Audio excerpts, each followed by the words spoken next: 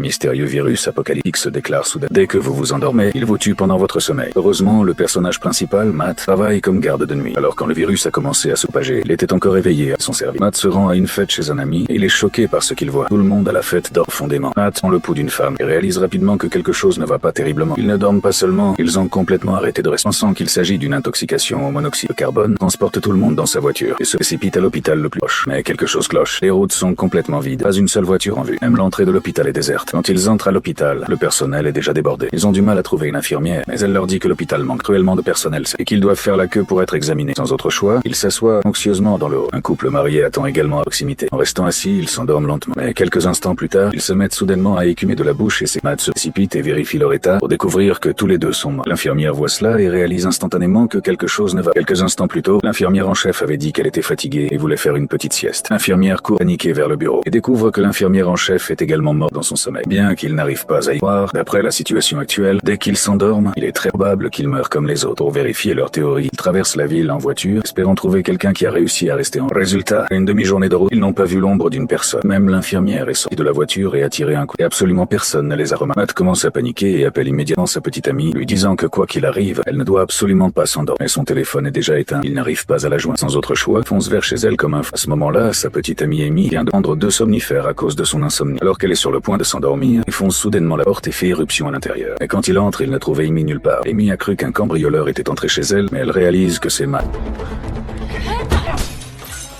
Après avoir entendu tout ce qui s'est passé, Amy panique instantanément. Elle se précipite dans la salle de bain et essaie de se faire vomir avant de réussir à recracher les somnifères. Tous les 4 s'asseyent ensemble et commencent à discuter de la marche à suivre. Ils sont déjà restés éveillés plus de 24 heures. Ils ne trouvent pas bientôt un moyen d'arrêter ce mystérieux virus. Les effets du manque de sommeil à eux seuls finiraient par les rendre fous. Pour rester éveillés, ils décident de retourner à l'hôpital et de se procurer des stimulants pour rester à l'aise. Mais quand ils arrivent à nouveau à l'hôpital, ils entendent soudain des appels à l'aide venant d'une des chambres. Ils se précipitent à l'intérieur et découvrent qu'une vieille femme est encore. Parce qu'elle a un cancer, elle souffre constamment, ce qui l'a empêchée de s'endormir. Mais après avoir appelé la nuit sans que personne ne réponde, la vieille femme a déjà commencé à penser que mourir serait être plus facile que de continuer ainsi. Après avoir entendu son histoire, l'infirmière va rapidement lui chercher des analgésiques. Une fois qu'elle a l'existence de ce mystérieux virus qui se propage, la vieille femme prend une décision audacieuse. Elle sait de toute façon qu'il ne lui reste de temps, alors elle décide de devenir leur cobaye, de les aider à trouver un moyen d'arrêter le virus. Il lui donne des somnifères et la place dans un IRM. Après avoir effectué le test, l'infirmière remarque juste après son endormissement, rien d'anormal ne se produit dans son corps. Les relevés indiquent seulement qu'elle est entrée en phase de rêve. Mais 3 minutes plus tard, une soudaine poussée hormonale apparaît dans son activité cérébrale et juste après son cœur cesse de battre. Cela ne signifie une seule chose. La vieille femme a fait un rêve après s'être endormie. D'une manière ou d'une autre, ce rêve l'a tuée. Tout le monde se creuse la tête, essayant de comprendre quel genre de rêve pourrait réellement tuer quelqu'un. Alors que tout espoir semble perdu, Matt, qui est très intelligent, a soudain une idée. Si la vieille femme est morte d'avoir rêvé pendant 2 minutes, alors il lui suffit de dormir 2 minutes et demie, de se faire réveiller par les autres avant qu'il ne soit trop tard. Comme ça, pour voir ce qu'est vraiment ce rêve. Peut-être que ces 2 minutes et demie seront suffisants pour qu'il trouve un moyen de briser ce qui se passe. Matt s'allonge sur le lit d'hôpital et commence à essayer de s'endormir. Au bout d'un moment, il sombre lent. Dès qu'il s'endort, il se réveille soudainement dans un désert aride. Une chaîne est enroulée autour de sa cheville. Quoi qu'il fasse pour se débattre, il ne peut pas se libérer. Avoir lutté pendant ce qui lui semble une journée entière, Matt est complètement épuisé. Alors qu'il commence à perdre espoir, sa mère apparaît soudainement et lui prend un verre d'eau. Mais au moment où Matt s'arrête à boire, un mystérieux vieillard apparaît soudainement et lui crie de ne pas boire. Le vieux utilise un étrange pouvoir, en voyant la mère de Matt dans la voiture, comme si le temps lui-même avait fait marche arrière. Il dit à Matt de regarder attentivement le verre dans sa main, et Matt est instantanément horrifié parce que la femme qui prétendait être sa mère était en réalité créée par le virus. Il prend la forme de la personne en qui le rêveur a le plus confiance, puis il lui offre cette eau empoisonnée et le tue. À l'intérieur du rêve, le vieillard lui dit que s'il veut un endroit sûr pour survivre, il doit se rendre à Arrestera. Au moment où il finit de parler, les 2 minutes et demie sont écoulées et Matt est réveillé avec succès par ses ailes. Étonnamment, bien qu'une journée entière ait semblé s'écouler à l'intérieur du rêve, seulement 2 minutes et demie étaient passées dans le monde réel. Matt raconte aux autres cet endroit, les Arrestera, après avoir vérifié sur les